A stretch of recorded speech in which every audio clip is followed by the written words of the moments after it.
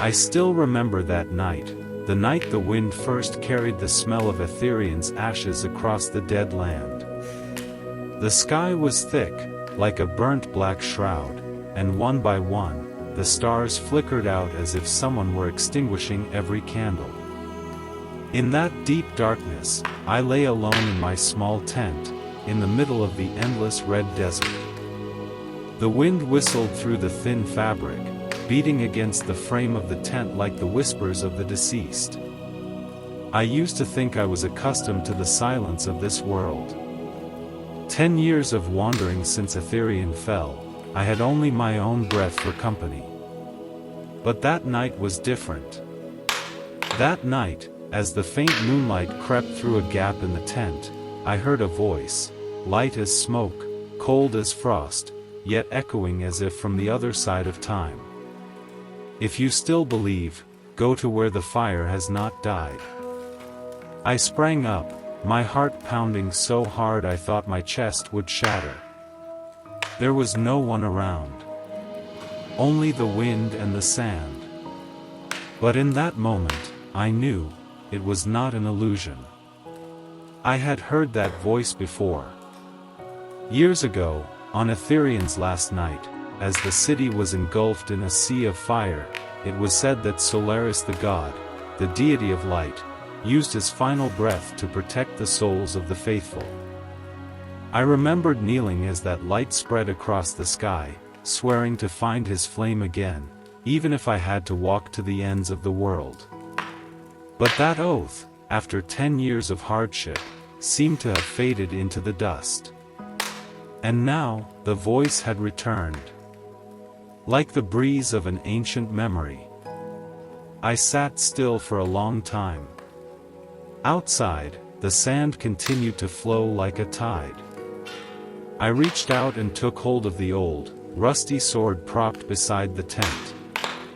This had once been the symbol of the Aetherion royal guard, now merely a piece of rusted steel.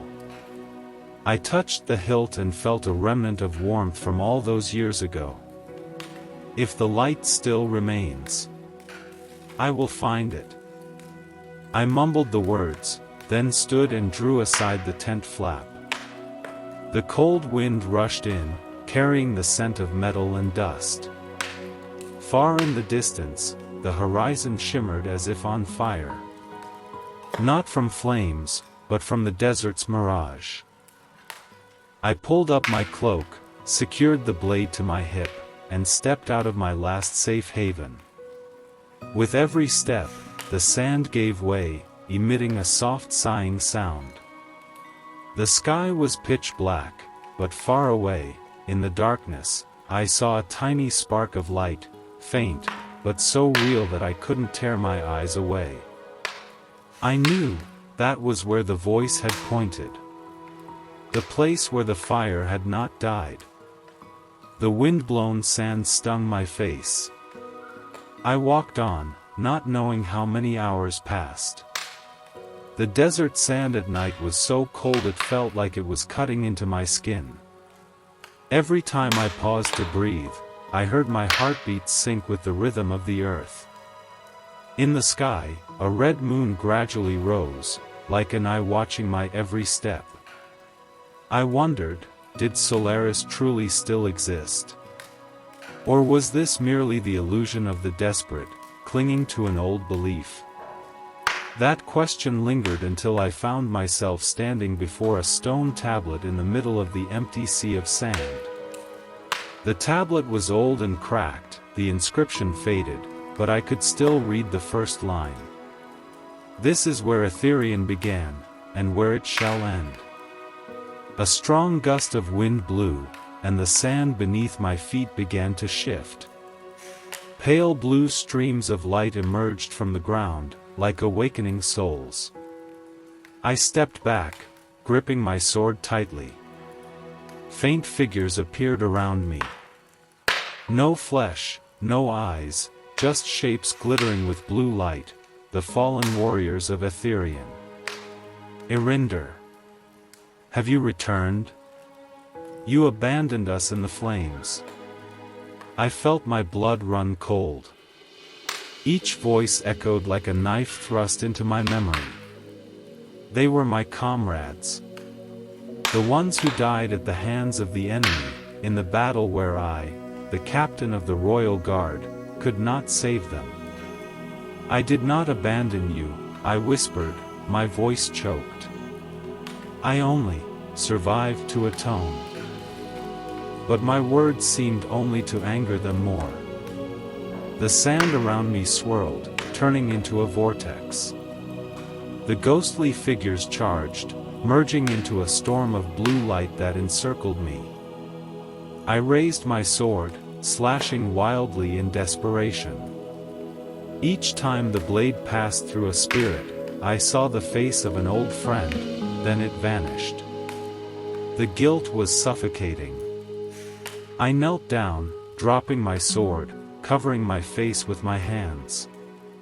If this is the god's punishment, I accept it. But please, show me the path to the flame. The storm subsided.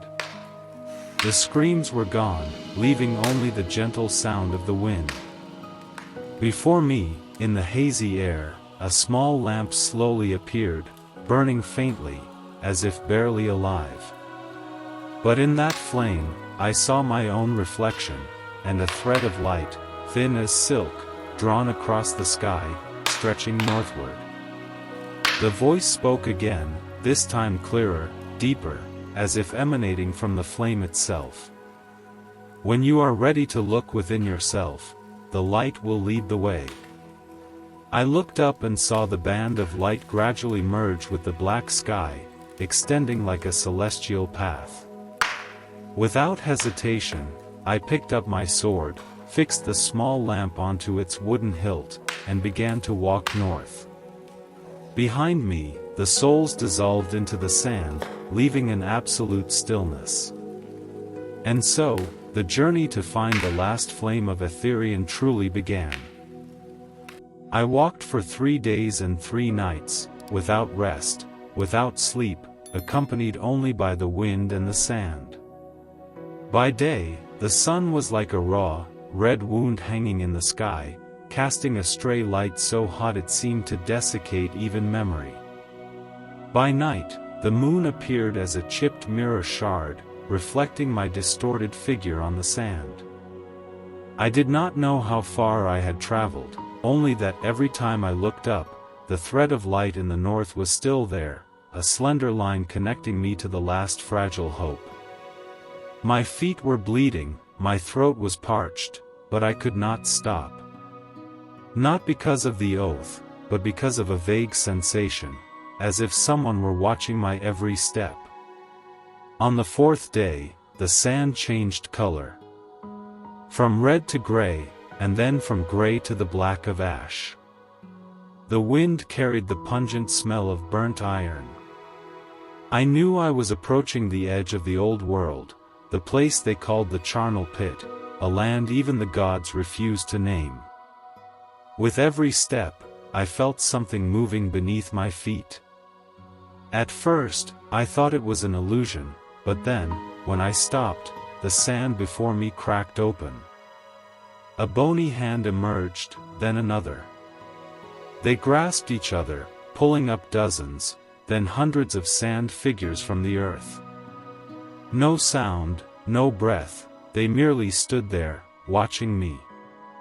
Their eye sockets were empty, yet in that moment, I realized, they were not enemies. "Who are you?" I asked, my voice hoarse from thirst. A tall figure stepped forward, his eyes like deep pits filled with dead stars. When he spoke, his voice echoed like thunder rolling through centuries. "We are the memory of those whose names were forgotten. Souls lost between time, left behind when the gods departed." I took a step back, a chill running down my spine. "Then, what do you want with me?" "Nothing," he replied. "Only to ask, do you remember?" "Remember, what?" "Your true name." The question stopped me cold. "My true name?" I was Erinder, captain of the Royal Guard, the last survivor of Aetherion, wasn't I? But as he raised his hand and touched my forehead, everything went dark. I found myself standing in the central square of Aetherion, 10 years ago. Smoke, fire, screams. A child had fallen. I ran to help him, and realized it was myself. But in the child's eyes, I saw not fear, but light, a pure light that I had lost. You once had another name, the spirit's voice boomed, a name known only to Solaris. Erinder is merely the shell, your true soul remains trapped between the light and the dark. I awoke with a start. The figures were gone, leaving only the endless black sand. But beneath my feet, the sand had turned to glass, transparent as a mirror. And in it, the images of countless people were reflected, faces I had met, lost, killed, and loved.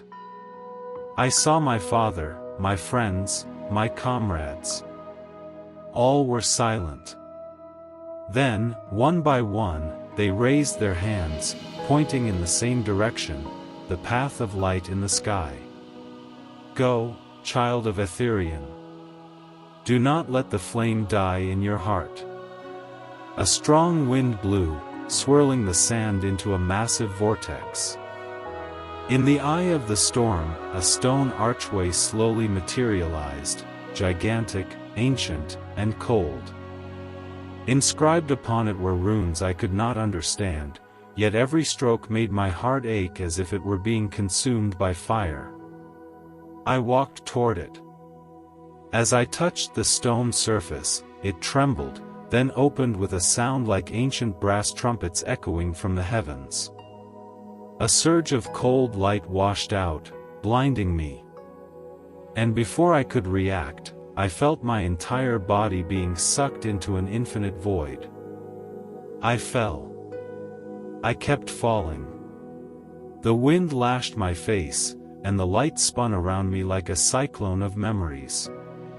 When I hit the ground, I found myself surrounded by a city submerged in sand, but utterly unlike the ruins above. Here, everything was bathed in a faint blue glow, and in the center was a colossal lamp, the very thing I had seen in my dreams. Before the lamp sat a sentinel. His hair was snow white, his skin cracked like stone, and his eyes had no pupils. I approached him, bowing slightly. "Who are you?" I asked. "I am the last guardian of the flame," he replied, his voice raspy like sand. "And you, Erinder, are not the first to come here. Who else has come before me? Those who carried hope, and let it die in the desert. They came to find the light, but perished because they refused to look into the darkness within themselves." He extended his hand and pointed to the lamp. The fire within it flickered, shining on my face, and I saw a different sight. Myself alone, kneeling in a pool of blood, a bloody sword in my hand, surrounded by the corpses of my comrades. "That is the you of 10 years ago," the guardian said, "and the you of today." I stumbled back, reeling. No. I swore I would never repeat that. No one escapes their own memory. Only when you confront it will the flame illuminate the true path. I fell silent. The lamp suddenly flared, casting a golden glow across the city of sand. Grains of sand floated up, weaving into long streaks of light, looking like a river of light flowing north. I understood. That was the path. I knelt down, bowing my head before the guardian. "Thank you, old man. I will go, even if the path leads to the very edge of darkness." The guardian smiled, and his body turned to ash, dissolving into the wind. Only his voice remained, light as a breath. When you meet your true self again, remember, the light is not in the flame, but in the heart of the one who ignites it. I stood up. The guiding light was brilliant before me, piercing the desert night. I walked on, this time not because of an oath, but because of a new belief. Aetherion lives, as long as the flame burns within me. A fierce wind swept across the gray stone plateau. I had walked for many days, crossing canyons filled with white mist and traversing a forest of dead trees where the wind wailed like sorrowful cries. The further I went, the more the world around me felt distorted, as if it no longer existed within the same flow of time. My shadow fell upon the ground and slowly lagged behind me, even as I stepped forward. I stopped. Before me was a bottomless chasm, a void that swallowed light whole. Across the gulf lay an ancient bridge, with only a few rotting planks remaining, suspended precariously in the air. And at the far end of the bridge, an old man stood, holding a bone staff, his eyes like two black stones containing all of time within them. "You have traveled far, weary traveler." His voice was hoarse, heavy with 1,000 years of dust. But what lies ahead is not a path for those whose hearts are still beating. I froze, gripping the hilt of my sword. I have come to find the spire of rebirth. This path leads there, doesn't it? The gatekeeper smiled, a smile devoid of warmth. It does. But to cross, you must barter your memories. The statement sent a shiver down my spine. Barter, my memories? Yes. For those who proceed are only permitted to carry an empty self. Memory makes you strong, but it also makes you weak. To see the light at the end of the road, you must accept the darkness within yourself. I fell silent. The image of her, the one who fell in my arms that day, flashed before me.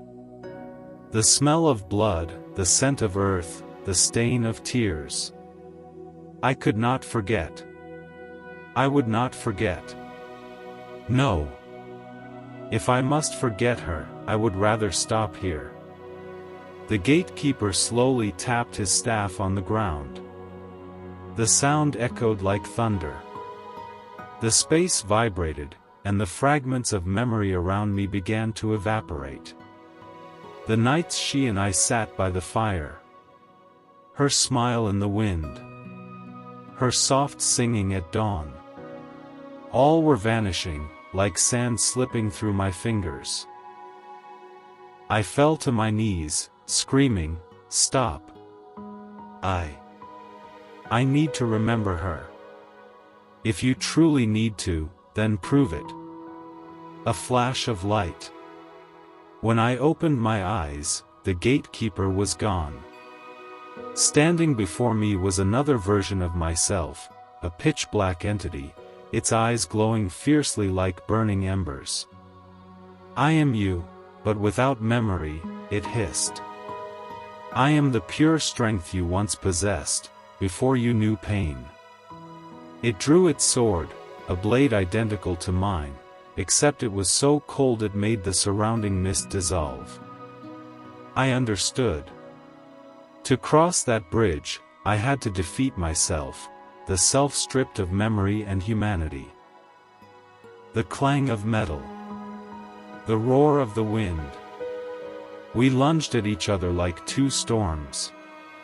Each slash was a memory torn apart, flying up like shards of light. I saw her image again, that smile, those eyes. I yelled. "You cannot steal my memory. Because it is the very reason I exist."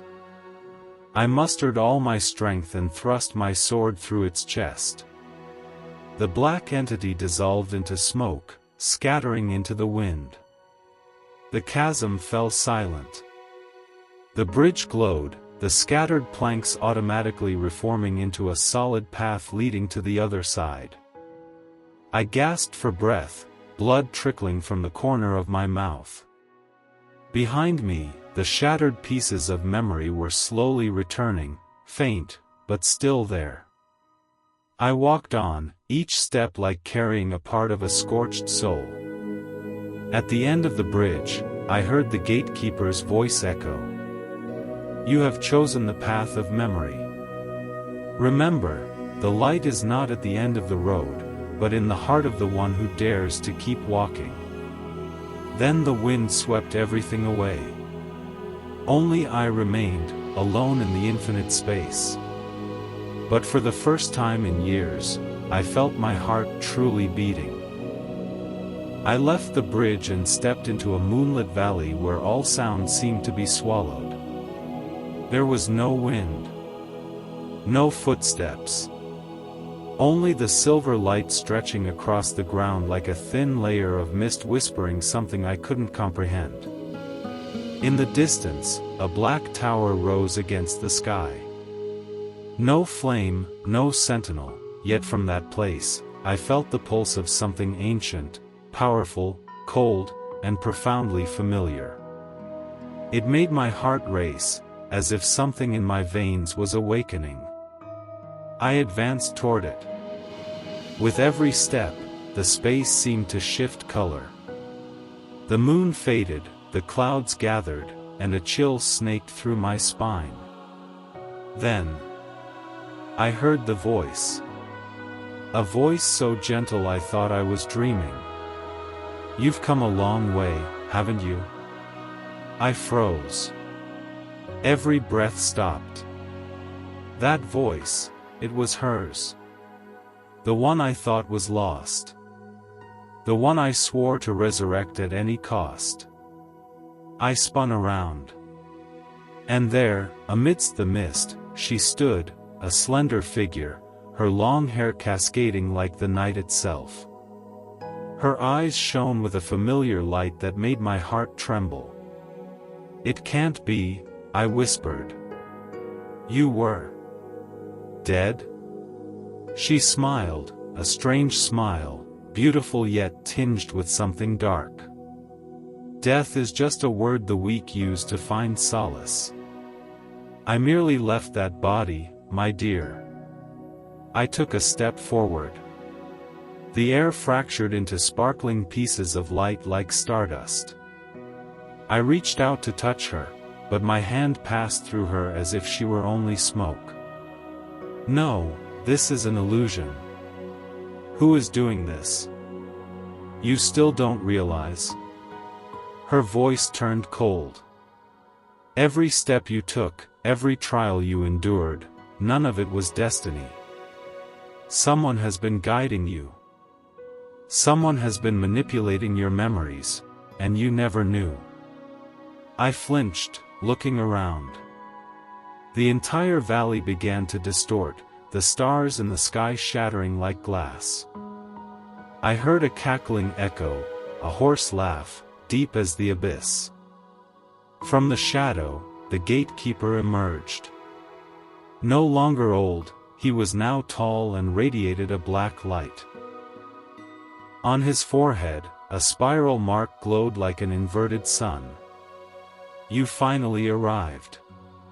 How foolish of you to believe the promise of the god of rebirth. I backed away, drawing my sword. Who are you, truly? I am the one who forged this path. The one who granted you an illusion, to see how much you could endure. And you've done better than I expected. He raised his hand, and her image distorted, her face cracked, her eyes turning a burning red. I watched thousands of memories stream from her eyes, my memories. The times I cried. The times I killed. The times I begged for salvation. All were sucked out, falling into his palm. Memory is the purest energy of the soul. I need it, to open the gate of time. And you, You are merely the vessel. I felt my head about to explode. Every memory I had preserved, every one I had fought to protect, was vanishing. I screamed, trying to grasp her name. But even the name was dissolving from my lips. No. I can't lose her. I can't lose myself. Then, amidst the chaos, I heard that gentle voice again, this time resonating from inside my heart. My dear, don't forget me. I was never real, but your love for me was. A burst of light erupted from my chest. That light pierced the darkness, pierced the gatekeeper, making him scream in agony. I understood, she had never existed. She was only a memory created to keep the human spark in my soul alive, a self-forged illusion made while lost in the world of the gods. But the very love for that illusion became the only true source of strength left in me. I tightened my grip on the sword and charged. Every strike I unleashed was no longer aimed to kill, but to liberate. The gatekeeper roared, black light pouring out like blood. I screamed, stabbing him through the heart. The light exploded, engulfing the valley in white fire. When the light faded, only I remained, alone, beneath a moonless, starless night sky. I knelt, my hand trembling as I touched my chest. My heart was still beating. But I knew a part of it had died with that memory. I whispered, like a promise to myself. If this world is an illusion, then I will be the only one to make it real. I don't know how long I walked since the tower collapsed. There was no sun, and no night. Only an endless silver-gray expanse, and the echoing sound of my own heartbeat somewhere in the void. My feet kept moving, without direction, devoid of memory, only instinct urging me forward. The wind carried the scent of ash, salty like tears. Then, from afar, a faint light appeared, soft, warm gold, like a beacon in the dark. I quickened my pace. The closer I came, the clearer the light became, and finally, I saw it. The spire of rebirth. A boundless, empty plaza, in the middle of which lay a massive stone circle, carved with runes I had never seen. Each character pulsed with a pale yellow light, moving like fireflies circling. On the pedestal, a pool of clear water lay still as a mirror. As I approached, the surface rippled faintly, reflecting the image of myself. But not the me of the present. It was the me of the past, when the fire of life still burned in my eyes, when I still believed in the promise of her resurrection. The person in the mirror looked at me and whispered, "You have arrived." But why? I stood silent. That question, I had asked myself 1,000 times during this journey, and still had no answer. I bent down, touching the surface of the water with my fingertip. A ripple of light spread out, and around me, fragments of memory descended like petals, the image of her. The gatekeeper. The bridge. Even myself, piece by piece, dissolving like mist. I whispered, "I have killed myself, I have lost everything, and still I stand here." So, what was the purpose of this journey? A voice echoed from the void, deep and gentle like water flowing over stone. There is no destination other than the journey itself. You cannot resurrect the lost. But you can make the loss meaningful. I raised my head.